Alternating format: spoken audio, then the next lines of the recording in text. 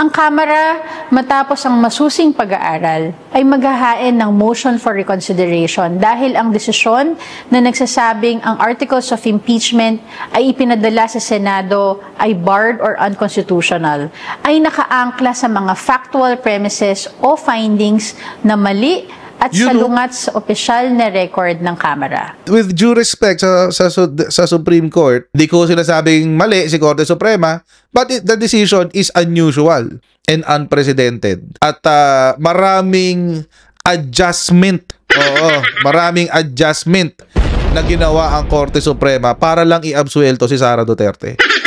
Which is very, very unusual.